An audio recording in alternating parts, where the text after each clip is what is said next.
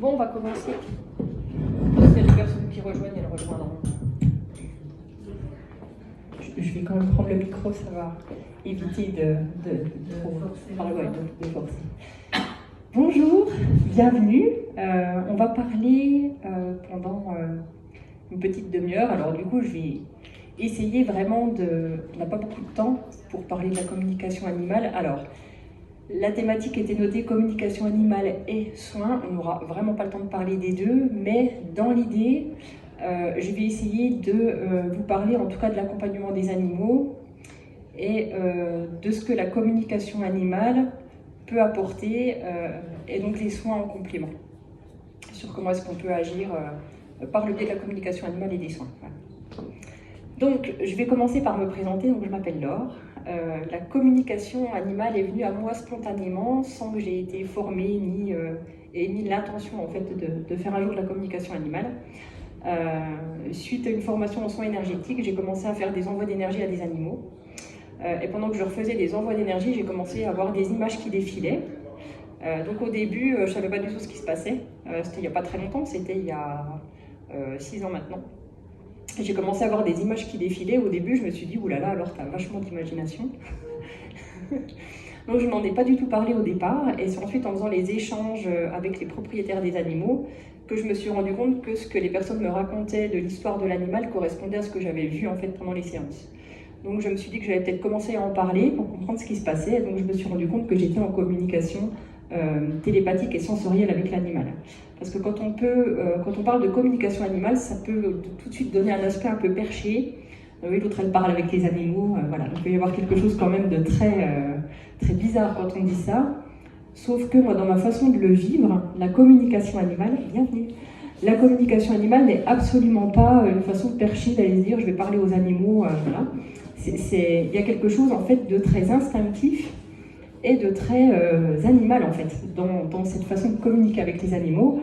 En fait, dans ma façon de le vivre, parce que comme je n'ai jamais été formée à ça, j'ai donc pas du tout eu de base de technique ésotérique pour parler avec les animaux. Ça m'a vraiment ramené dans l'expérience que j'ai faite au mode de communication avec le vivant, mais qu'on a tous enfants, avant d'avoir l'usage de la parole. Le bébé, en fait, pour se connecter à son environnement et pour comprendre son environnement, les humains qui l'entourent, et comme on a tous été bébés, normalement, on a tout ça en nous. Donc, quand on est bébé, on va se connecter avec tous nos sens à notre environnement, pour capter les émotions de notre entourage, pour comprendre comment ça se passe autour de nous. Voilà, c'est vraiment toute cette ouverture sensorielle que nous avons quand nous sommes bébés, qui du coup est très très ouvert avant l'usage de la parole. Et ensuite, ce qui se passe, c'est qu'on nous conditionne à utiliser uniquement des mots et l'usage de la parole pour nous faire comprendre, pour nous faire entendre, et puis pour comprendre ce que nous disent les autres. Et donc petit à petit, on fait notre focus uniquement sur la communication verbale, et puis on oublie en fait nos sens, les autres récepteurs que l'on a. Donc ce que ça va donner, c'est qu'au fur et à mesure, on va uniquement dire des mots pour se faire comprendre et entendre, et en fait on sait très bien qu'entre ce qu'on a dans la tête, les mots qui vont sortir de notre bouche et ce que l'autre va comprendre, en général, il y a quand même un fossé. Okay, et en plus, le fait d'oublier les autres récepteurs, il y a aussi quelque chose que beaucoup de personnes ont vécu, c'est que quand on est enfant, on va capter des choses, des émotions en fait dans notre entourage, on va avoir une sensation de ce qui se passe pour l'autre, et en fait, l'adulte en face, s'il n'assume pas, ou s'il a refoulé en fait ce que l'enfant va capter chez lui, il va dire non, non, tu te fais des idées, ou non, non, t'as rêvé. Donc qu'est-ce qui se passe quand on est enfant et que l'adulte référent en face de nous dit « Non, non, t'as rêvé », et ben l'enfant il va pas se dire « Non, non, lui en fait il est dans le déni », pas du tout, parce que l'enfant à ce moment-là, son référent c'est l'adulte.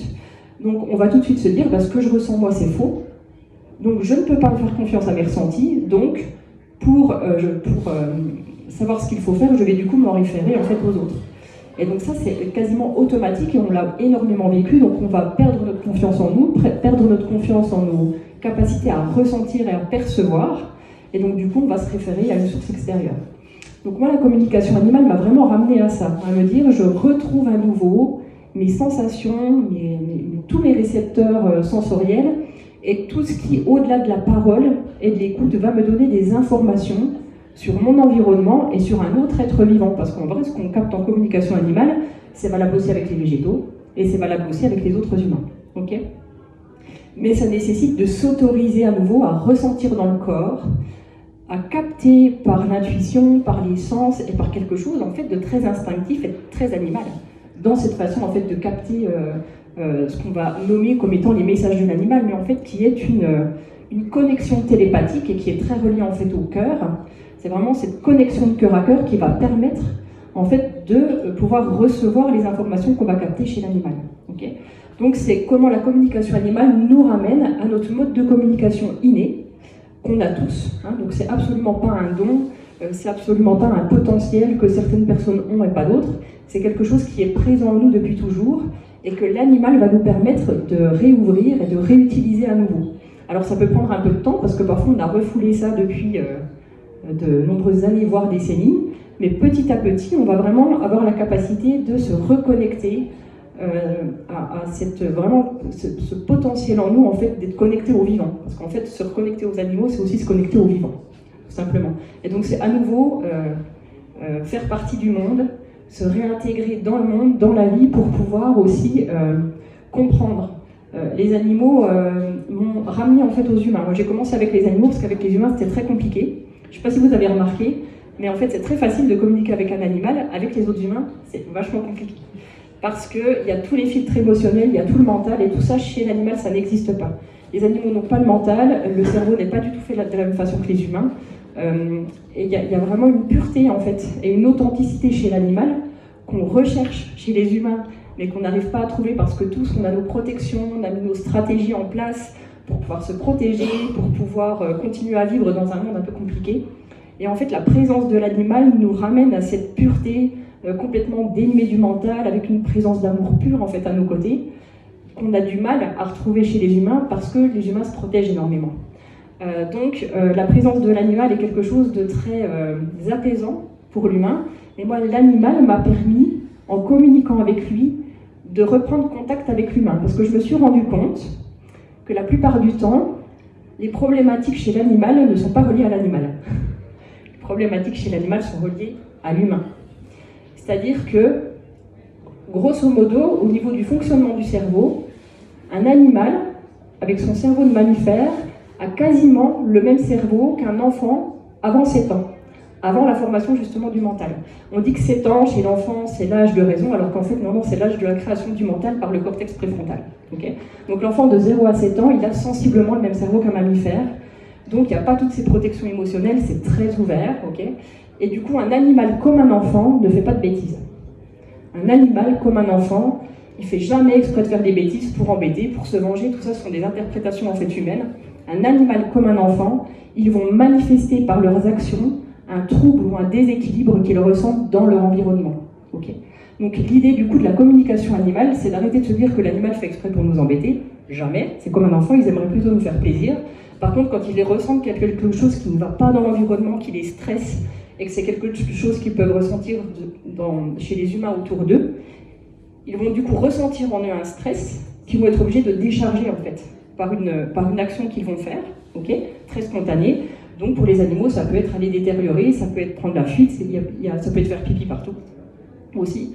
Et donc tant que l'humain n'aura pas compris la nature, la source du stress qui fait que l'animal se comporte de cette façon-là, les choses ne pourront pas se résoudre. Donc la communication animale permet de revenir avec ce contact spontané à comprendre en fait qu'est-ce que l'animal a capté dans son environnement qui a généré telle problématique, et qu'on va ensuite pouvoir, en échangeant de façon intuitive avec l'animal, en écoutant en fait ce qu'il vit dans son environnement, très souvent une fois que l'animal a été entendu sur la problématique, les choses se résolvent, et ça permet aussi à l'humain de pouvoir aussi faire sa part de son côté, de dire ok, là l'animal me transmet qu'il y a une problématique dans le foyer, on comprend du coup d'où ça vient, et l'humain ensuite peut mettre aussi des choses en place pour que l'harmonie revienne dans le foyer.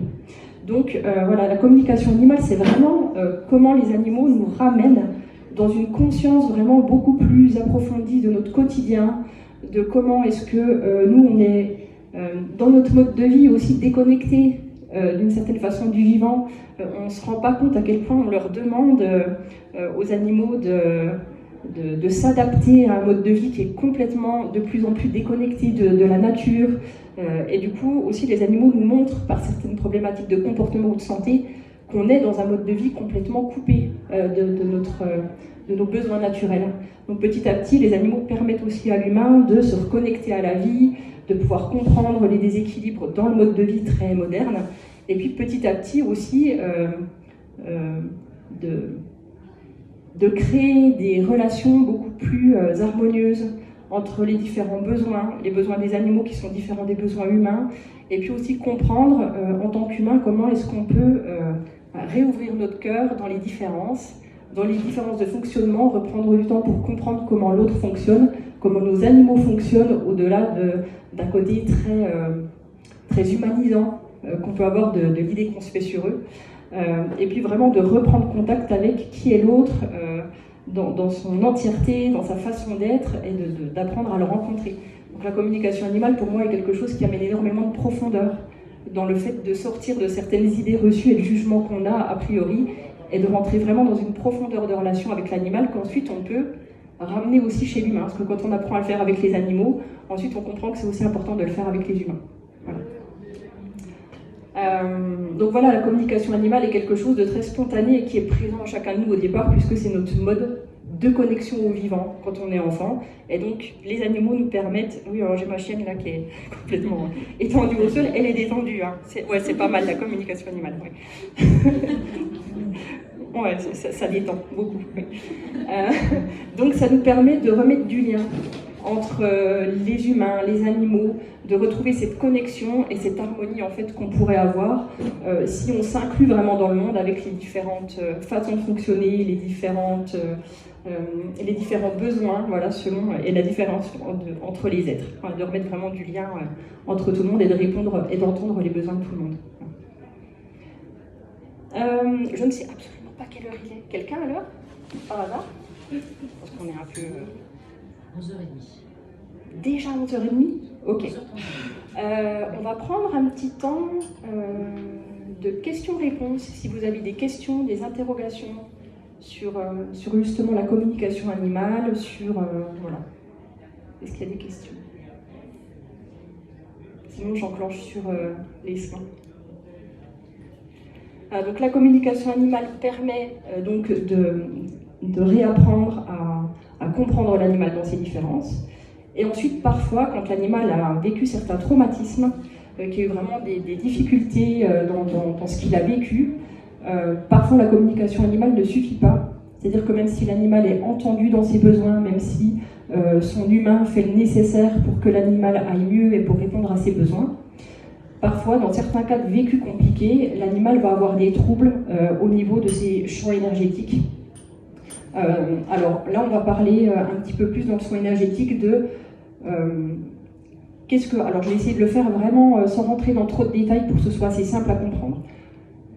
On a le corps physique, et en fait, le corps physique, dans le principe vraiment d'énergie de vie et dans les principes de naturopathie,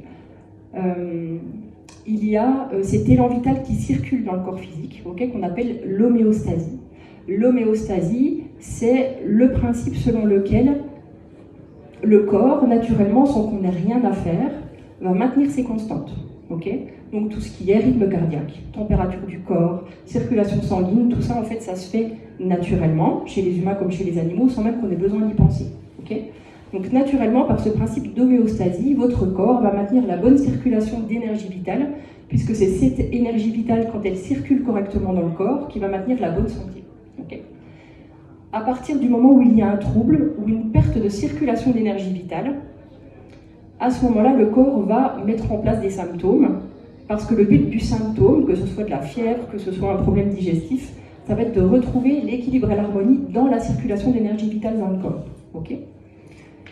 Donc ces problématiques de symptômes peuvent être des problématiques de comportement, pour les animaux, du coup là je précise, ou des problématiques de santé. D'accord ? Et les blocages d'énergie peuvent être dus à un mode de vie dysfonctionnel, donc manque d'activité physique, problématiques d'alimentation, mais aussi à des chocs plutôt émotionnels. Donc ça peut être des traumatismes que l'animal a vécu, mais ça peut être aussi des problématiques que l'animal va capter chez son gardien. Les animaux, comme ils n'ont pas de filtre ni de protection émotionnelle, ils vont être très ouverts à l'environnement et parfois ils vont capter les énergies de stress en fait des gardiens et ça va créer aussi des dysfonctionnements chez eux. Donc des animaux qui peuvent être un peu fatigués, des animaux qui vont se gratter beaucoup, des animaux qui vont avoir des problèmes digestifs, etc. Ça peut aussi venir de ce qu'ils vont capter chez les gardiens. Okay, les gardiens pour moi c'est les humains. D'accord ? Donc le soin énergétique, qu'est-ce qu'il va permettre? Il va permettre par l'apport d'énergie du thérapeute ou du pratiquant de venir refaire circuler l'énergie vitale là où elle était bloquée. Okay, donc on va agir sur différents centres, que ce soit sur les chakras, en principe de médecine chinoise, de rétablir l'harmonie entre les 5 éléments qui vont tous être connectés à un organe, à une émotion, etc. On va agir aussi sur les mémoires. Alors les mémoires, c'est comment on va enregistrer, même inconsciemment, tous les événements qu'on a vécus dans notre vie, depuis tout petit. Et ça chez les animaux comme chez les humains. Et même s'il y a eu des événements qui sont inconscients, des traumatismes très lourds, mais dont on ne se rappelle pas, parce que le cerveau peut protéger de cette façon-là, en fait, et mettre en sommeil en fait, la mémoire sur des événements vraiment assez troublants. Le corps, par contre, dans sa structure, a mémorisé au niveau des mémoires cellulaires. Okay, donc sur les animaux aussi, on va faire ce travail-là, on peut aller réinformer la qualité de l'énergie en fait, qui est portée par certaines mémoires pour venir débloquer la circulation d'énergie dans le corps. On va aussi pouvoir faire un travail au niveau de relancer l'énergie vitale au niveau des organes, etc., afin que l'animal puisse retrouver la bonne circulation d'énergie dans son corps. Et là, ça peut vraiment amener des cas de guérison et d'apaisement de certains troubles très rapidement, puisque l'animal, contrairement à l'humain, n'a pas le mental. Donc il va, lui, recevoir l'énergie de façon beaucoup plus directe. Et du coup, on a vraiment des résultats au bout d'une séance déjà qui peuvent être très probants sur les animaux. Voilà. Donc il y a vraiment ces deux actions différentes. Autant en communication animale, on va venir entrer en communication directe et télépathique avec l'animal pour comprendre ce qu'il vit, okay, et pour pouvoir ensuite l'accompagner dans le quotidien et que l'humain puisse mettre en place des choses pour le comprendre mieux et pour répondre à ses besoins. Et vraiment, les gardiens nous disent souvent, au fur et à mesure des séances et de l'accompagnement, qu'ils sentent la relation avec leur animal qui s'approfondit, qui est beaucoup plus proche, beaucoup plus harmonieuse. Il y a vraiment quelque chose qui redonne du lien, du coup, avec cet accompagnement en communication animale. Et ensuite, pour les animaux, vraiment, où il y a des problématiques, soit de comportement, soit de symptômes physiques, on peut y ajouter du coup l'apport de soins énergétiques pour venir traiter vraiment sur des problématiques qui sont ancrées dans le corps, pour venir libérer, pour venir refaire circuler l'énergie là où elle ne circule plus. Okay, et donc ça va permettre du coup d'apaiser des problèmes de comportement, que ce soit de l'agressivité, que ce soit un animal qui a des peurs, etc. Et ça peut venir aussi réguler au niveau de troubles physiques. Alors, on est bien d'accord, et je vais quand même le préciser, que le soin énergétique ne remplace pas des traitements vétérinaires. Quand il y a besoin de venir amener des traitements dans le physique parce qu'il y a vraiment des cas de problèmes cardiaques, etc., il est bien évident qu'il y aura le traitement vétérinaire, mais le soin énergétique va venir compléter à côté, c'est-à-dire qu'on peut avoir déjà une réduction des effets secondaires sur les traitements s'il y en a, et ça va permettre de venir réguler d'autres problématiques qui sont reliées aux troubles physiques. Donc ça va être un complément. Et il y a parfois où on parvient, juste avec le soin énergétique, à réguler des petits troubles plus légers, en fait, qui vont se réguler automatiquement. Ça va être beaucoup au niveau du comportement, où on a vraiment le comportement de l'animal qui change, qui s'apaise beaucoup. Et puis, dans certains cas de douleur, on a des améliorations aussi au bout de plusieurs séances. Voilà. Donc il y a vraiment des cas très intéressants. Et l'animal, l'avantage, c'est qu'on n'a pas du tout ce truc de placebo, en fait. Pour les humains, souvent, oui, mais c'est parce que comme tu crois, du coup, ça marche, ils sont énergétiques. Bon, l'animal, du coup, c'est comme les enfants, c'est-à-dire si ça marche, eux, il n'y a pas l'effet placebo. Okay, donc moi, c'est vraiment ce que ça m'a amené quand j'ai commencé tout ce qui était soins énergétiques. C'est qu'effectivement, au début, je me disais, bon, il peut y avoir le placebo chez les humains, ok, mais quand j'ai commencé à travailler sur les animaux et que j'ai vu les résultats qu'il y avait vraiment dans la matière de changement de comportement, de changement d'état physique, avec plus de mobilité, etc., je me suis dit, bon, là, l'effet placebo chez les animaux, bon, on en reparle. Voilà. Donc il y a vraiment quelque chose qui se passe et qui est au-delà de ce qu'on peut comprendre avec le mental vraiment. Moi quand j'ai commencé, c'est la vie qui m'a posé ça. Il n'y a pas eu de recherche en fait d'aller là-dedans. C'est vraiment venu à moi spontanément. Et il y a vraiment quelque chose qui n'est pas explicable dans la profondeur du lien avec l'animal et dans ce que ça peut résoudre dans son état de santé. Vraiment, faut l'expérimenter. Je ne peux pas vous dire autrement. Il n'y a pas quelque chose à prouver, il n'y a pas quelque chose, juste ça s'expérimente. Quand on a un animal, expérimentez-le et puis voyez les changements que ça peut apporter. Et c'est quand même assez étonnant et effectivement, ça ne s'explique pas forcément. De la même façon que les retours en communication animale, ce pas des informations générales qui peuvent convenir à tout le monde. On peut avoir un détail de comment est le lieu de vie de l'animal, avec des choses très détaillées, est-ce qu'il y a un escalier ou pas, comment ça se passe les balades, quel endroit de nature, avec des choses très précises, où l'humain, en fait, quand il reçoit le retour de communication animale, il sait que c'est de son animal qu'on parle, parce qu'il y a des choses très très détaillées qui ne peuvent pas correspondre à un autre animal. Donc il y a une vraie connexion avec l'animal, il y a un vrai dialogue, un vrai échange, qui permet vraiment d'avoir quelque chose de très positif dans la création de liens avec l'humain, et puis qui est complètement pas explicable. Vraiment, il y a des choses aujourd'hui, moi, que je ne peux pas vraiment expliquer. Il y a quelque chose d'assez magnifique et merveilleux, où on a, ça ramène vraiment, on a cette possibilité de se connecter avec les animaux comme avec tout le vivant. Et en fait, peu importe si le cerveau il comprend ou pas, c'est qu'est-ce que ça provoque en fait comme beauté, comme déploiement de l'amour avec les animaux, comme retour aussi pour l'humain de la connexion à la vie. Parce que du coup, ça crée tellement de changements et ça nous change tellement, le fait d'ouvrir cette porte-là, ça nous change tellement notre filtre sur les possibilités qu'on a de nous reconnecter avec le vivant, que forcément ça change aussi des choses, de notre façon de voir la vie et dans notre façon en fait de prendre soin en fait du vivant autour de nous. Voilà. On va prendre dans quelques minutes s'il y a des questions. Sinon, j'ai terminé. Est-ce qu'il y a des questions? N'hésitez pas, hein. Peu importe les questions, ça peut être intéressant. Je voulais savoir, au niveau de la pratique, comment ça se passe? On vient vous voir avec l'animal, comment ça se passe dans la pratique? Alors, comment ça se passe au niveau de la pratique? Merci pour la question. Alors, il y a deux possibilités. Soit ça peut être quelque chose qui se fait en présence, c'est-à-dire les personnes viennent avec leur animal, ou c'est le pratiquant en fait qui vient au contact de l'humain et de l'animal, et là du coup ça se fait en présence. Moi je n'ai toujours travaillé qu'à distance à partir d'un support photo. Parce que j'ai travaillé en bénévole pour une association mais qui était dans les Pyrénées, donc là on est en Franche-Comté, donc complètement à l'opposé. Ce qui fait que je ne pouvais pas être en présence, donc j'ai tout de suite travaillé à partir de support photo. Et en fait les résultats et la connexion se fait de la même façon. On a exactement les mêmes résultats en distance qu'à présence, donc on peut travailler à partir de la photo. C'est la photo qui va être le support, qui va permettre à notre structure de nous connecter avec cet animal-là. On a son nom, on a le nom du gardien, et juste ça c'est suffisant pour se connecter à l'animal, puisque la connexion elle est en dehors du plan physique. On est vraiment sur une connexion qui se passe au niveau de l'âme, plutôt. Okay, et ça peut aussi se faire avec un animal vivant comme avec un animal décédé. Okay, puisqu'en fait on est en connexion avec l'âme de l'animal. Et la communication du coup se fait exactement de la même façon. C'est vraiment, cette connexion de cœur à cœur et d'âme à âme avec l'animal, elle est en dehors du temps physique. On est vraiment dans un autre temps. Alors là c'est pareil, c'est pas explicable. Hein. Il y a vraiment, ça s'expérimente. Parce que moi quand j'ai commencé, je me suis dit, mais attends, tu peux en parler de ça? Moi je vais peut-être pas en parler quand même. Si, alors, du coup maintenant j'en parle, c'est beaucoup plus libre. Mais ça peut être vraiment complètement déroutant. C'est-à-dire, il y a des personnes, quand je leur dis je parle avec les animaux, ouais, c'est ça, ouais, ils s'en vont quoi. Et c'est ok. Mais il y a vraiment quelque chose effectivement qui ne peut pas juste se comprendre, et c'est pas quelque chose auquel on croit, c'est vraiment quelque chose qu'on expérimente. Donc, autant à partir d'un support photo qu'en présence, ça fonctionne de la même façon. On peut être à des milliers de kilomètres, et de la même façon, on pourrait aussi faire une communication avec un animal qui vit avec des Russes. On recevrait le message de l'animal avec notre filtre, notre langue en fait à nous, tout simplement. Et ensuite, ça se traduit avec notre filtre et notre langage. Mais c'est vraiment un langage universel en fait.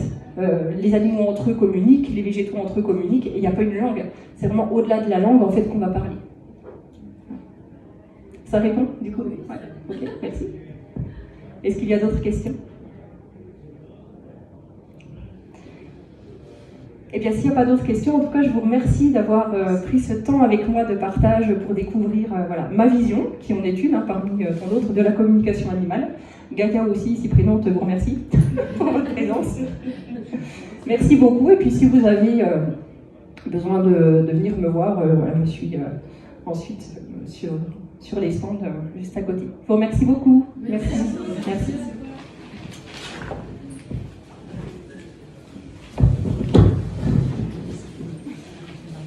Oh ma chérie, c'était bien? Est-ce que j'ai rien oublié? J'ai rien oublié.